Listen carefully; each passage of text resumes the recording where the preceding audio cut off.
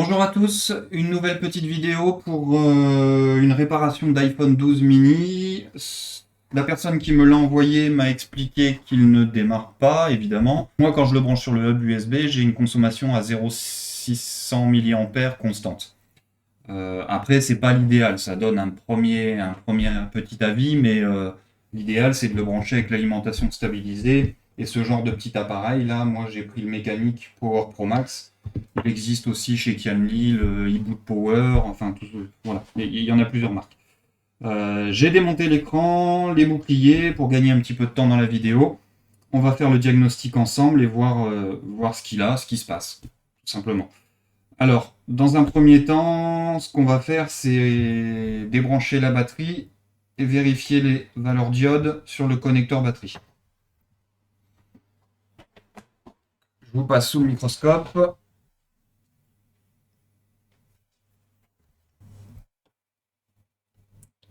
Et donc là, 0,450.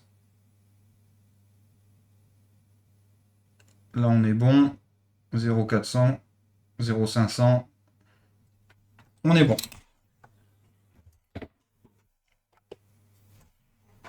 Ensuite, le deuxième test, bah justement, c'est avec ça, où on va brancher le connecteur de charge et le connecteur batterie.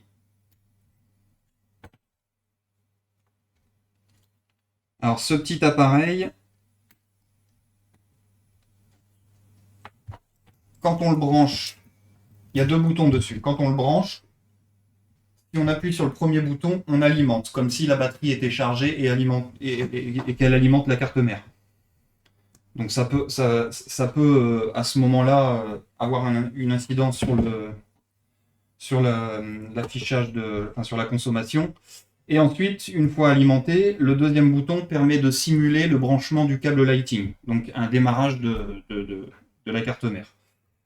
Alors, si on alimente, eh ben, on a un court-circuit direct. Ça consomme 1,20, 1,200 mA, un peu plus d'1 ampère. Donc déjà, il y a un court-circuit sur la carte mère. Donc à ce niveau-là, étant donné qu'il y a un court-circuit, on va passer sous la caméra thermique. Alors, on va régler que ce soit net. Donc j'alimente, et ben on voit un court-circuit direct. On voit tout de suite où ça chauffe.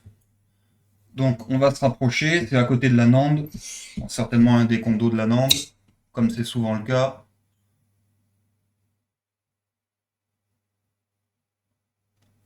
Voilà. Tout en haut à droite. Alors ce qu'on va faire, c'est qu'on va regarder le schéma pour voir à quoi ça correspond.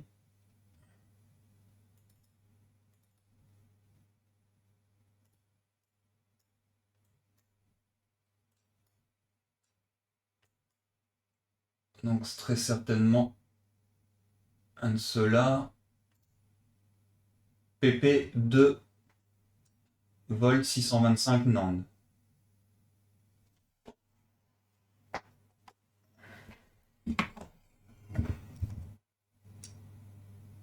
Maintenant, on va le confirmer au multimètre. On débranche. On passe sous le microscope.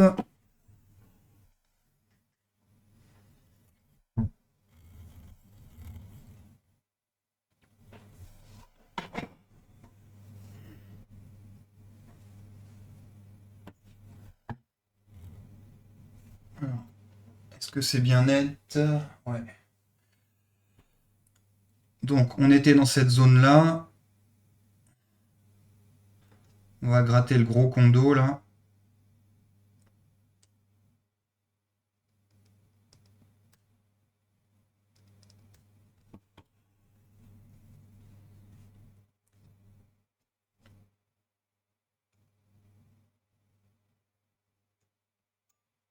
Voilà. On reprend le multimètre. En mode diode, toujours. Donc sur le schéma, en haut, c'est la masse. Et en bas, hein, on est à 0,400. Donc il n'a pas l'air en court-circuit. La ligne n'est pas en court-circuit, bizarre. Je vais re-regarder à la caméra thermique. Ça avait l'air bien d'être quand même à cet endroit-là. Je vous repasse sous la caméra thermique. Non, le condo il est bien visible, on le voit en gris. Ah non, c'est pas le condo, c'est en dessous. C'est en dessous de la carte. Alors, c'est en dessous. Bah, on est là, dans cette zone-là. Ici, juste dans le coin.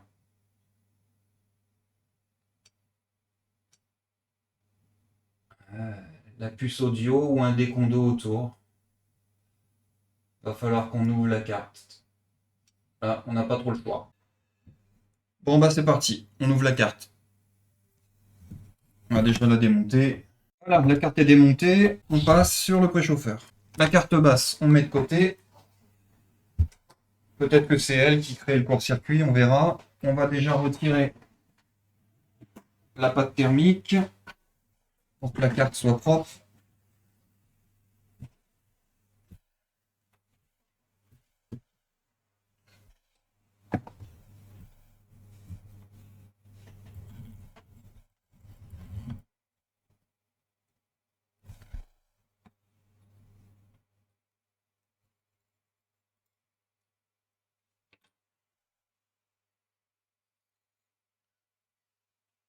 Voilà. Ça c'est fait.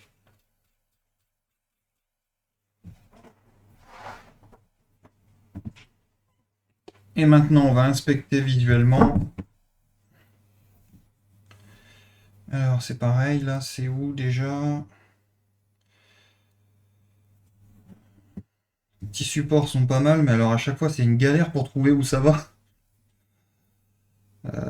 Bah, ça va là. Voilà. Donc, on était dans le coin de la carte ici, là. Dans cette zone ici, là.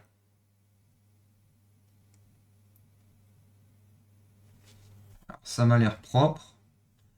Je vois pas de condo fissuré par le dessus, mais des fois c'est en dessous sur le côté, on le voit pas bien. Je pense que l'idéal là, ça va être de réalimenter la carte, voir si on a toujours le court-circuit. Si on l'a plus, bah, le court-circuit était très certainement sur la carte basse. Et si on l'a toujours, et ben on va voir où ça chauffe. C'est peut-être, je sais pas, peut-être pas. Allez, on va repasser sous la caméra thermique. D'abord, jeter un petit coup d'œil comme ça là. La carte, la puce là, a un petit éclat sur le côté, ça se pourrait bien que ce soit elle. La puce audio là. Elle est bien éclatée sur le côté.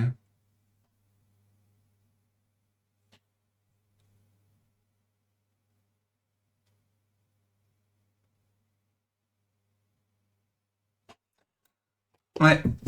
Allez, on repasse sous la caméra thermique. Alors, on alimente. Et court-circuit sur la puce audio. Ouais, elle est fendue sur le côté, elle a dû claquer. Voilà, c'est bien visible, hein.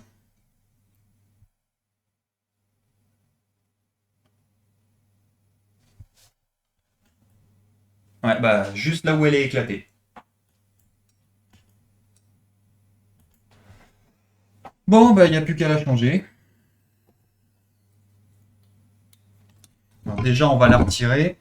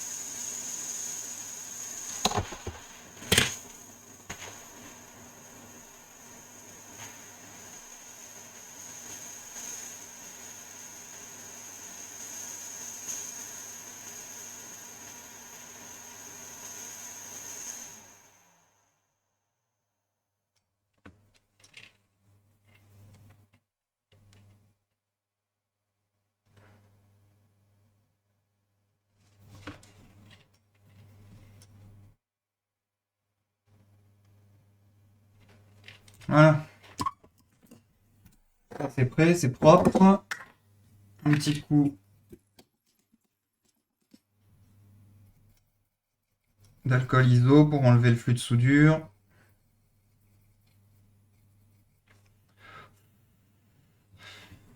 Et on met la carte de côté. Donc maintenant, on va prendre une puce audio, la référence 338S00537.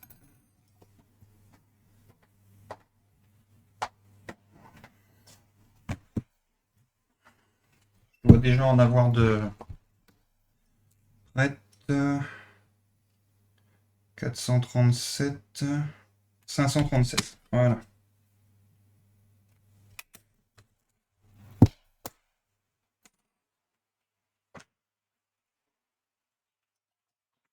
Elles sont prêtes plus ou moins, elles ne sont pas rebillées.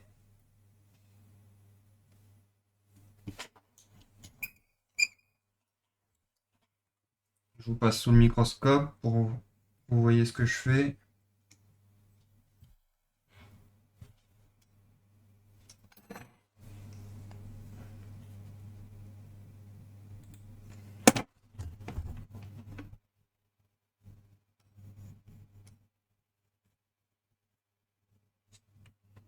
Ah.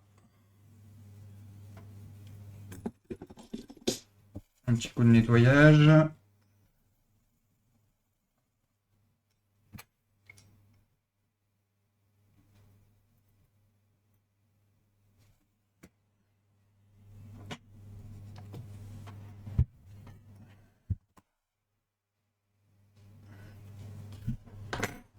Le stencil.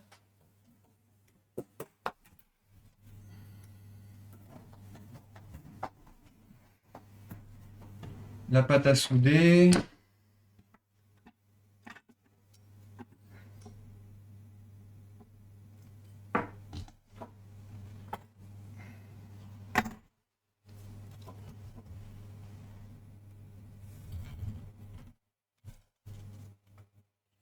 Alors ça va être lequel? Celui-là?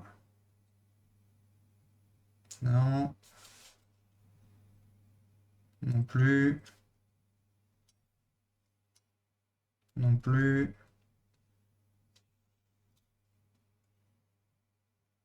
Voilà.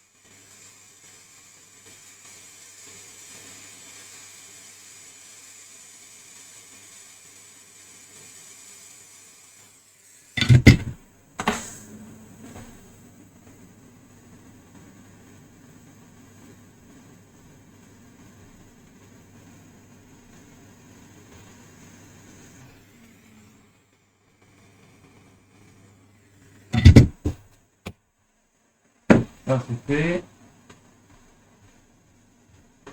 On la nettoie un petit coup.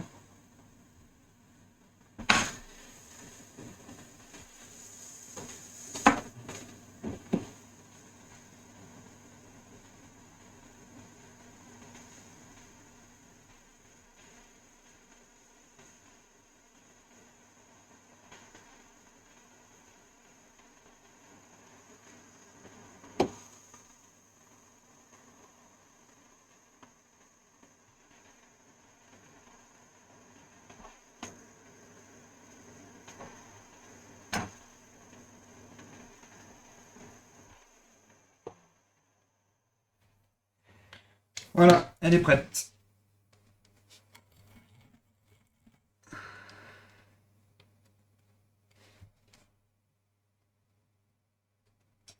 Si je me trompe pas, elle était dans ce sens-là. Vérifier sur le schéma.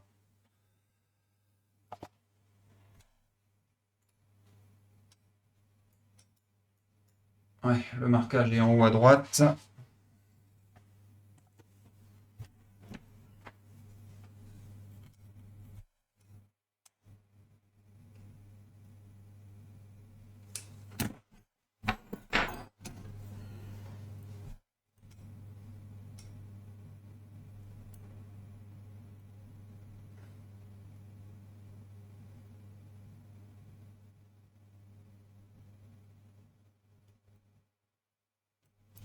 Voilà. Et c'est parti.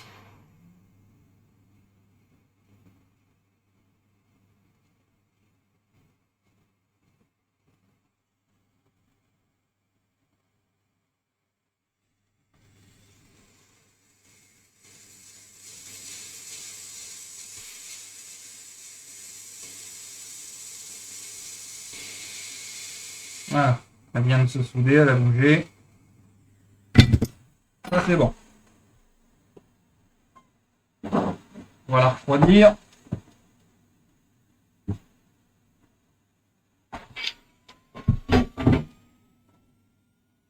Et on va pouvoir tester de nouveau.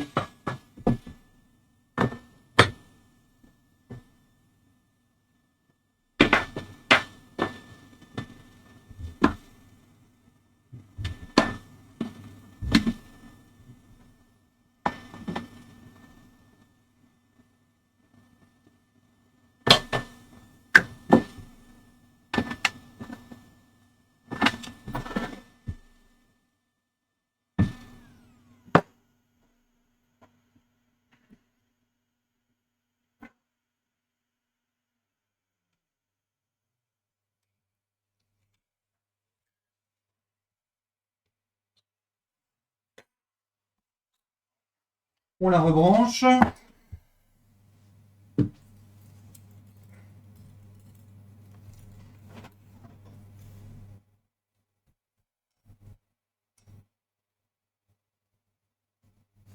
J'aurais pu vérifier tous les petits condos autour, les pads dessous la puce audio. Mais bon, vu qu'elle était éclatée sur le côté, je suis certain que c'est ça. Et là, quand j'alimente, j'ai plus de grosse consommation. Et si j'appuie, 150 mAh, 190,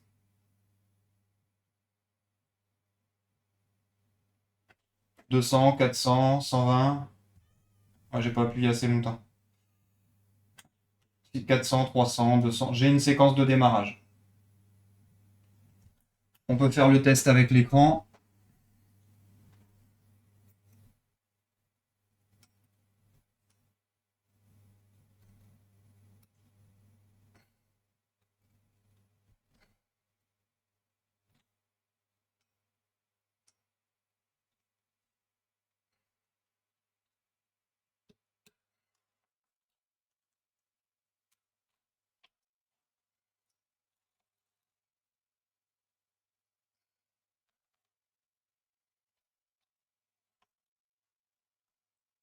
Là, c'est rebranché. On alimente.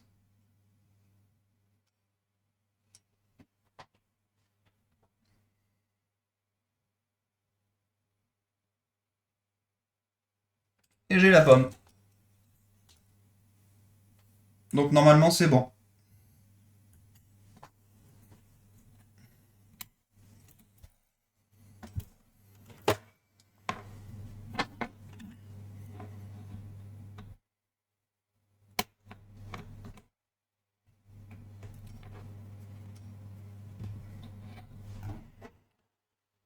Donc maintenant il n'y a plus qu'à refermer la carte.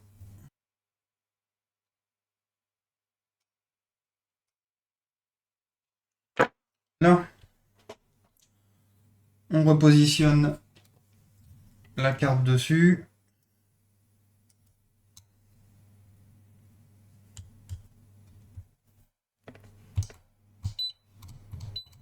On va régler 180. Et là, il faut la positionner parfaitement.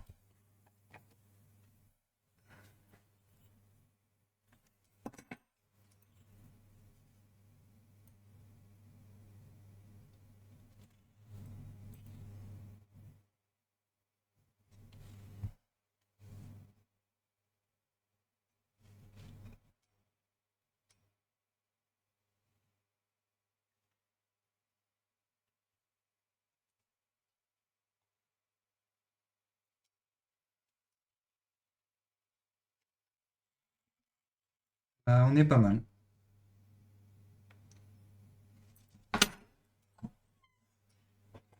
Donc dans un premier temps, on va chauffer comme ça. Et après, on va mettre les petits poids pour bien appuyer la carte comme il faut.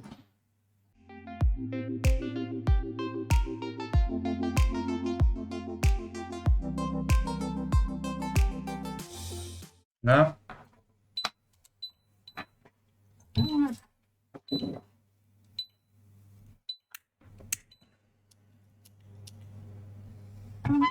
va refroidir un peu et on va repasser une deuxième fois avec les poids dessus.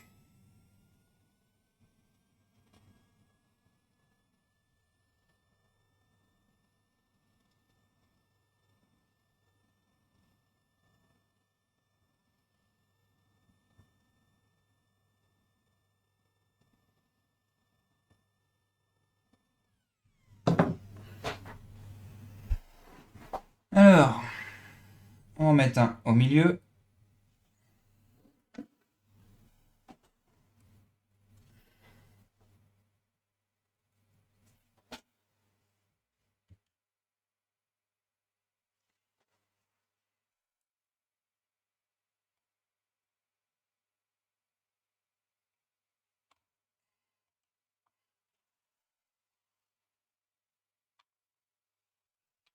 Là.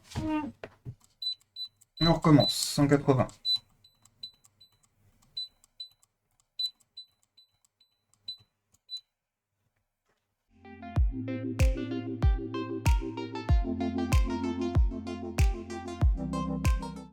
Et on est bon.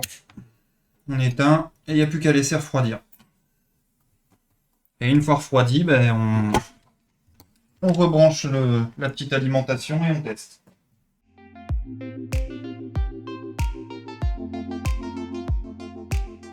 Allez, on va regarder ça.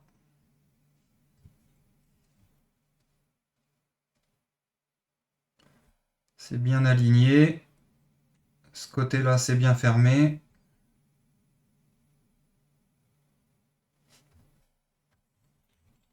Et l'autre aussi, ça m'a l'air pas mal.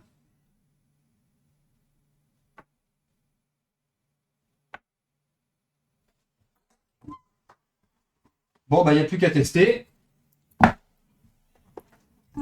On rebranche sur l'alimentation et on voit si on a une séquence de démarrage.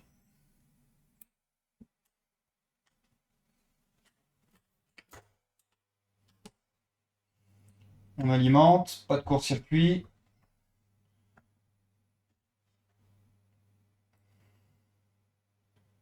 « 0,190. Et c'est parti. On a bien une séquence de démarrage. Ça monte, ça descend.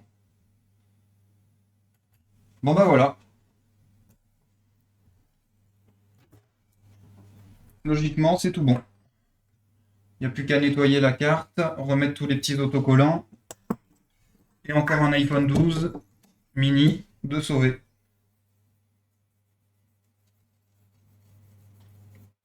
Les puces audio, c'est pas souvent quand même qu'elles claquent. Là, c'est bizarre. Souvent, c'est un condo autour de la NAND, la puce de charge. Mais c'est vrai que la puce audio, enfin, moi, pour ma part, c'est assez rare.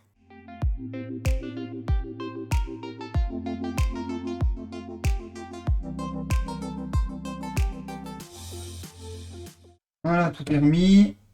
On va remettre les petites mousses.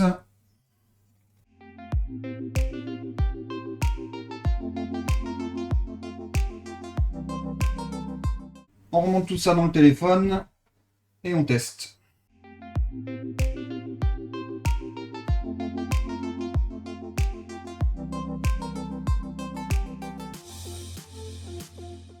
Là, tout est branché.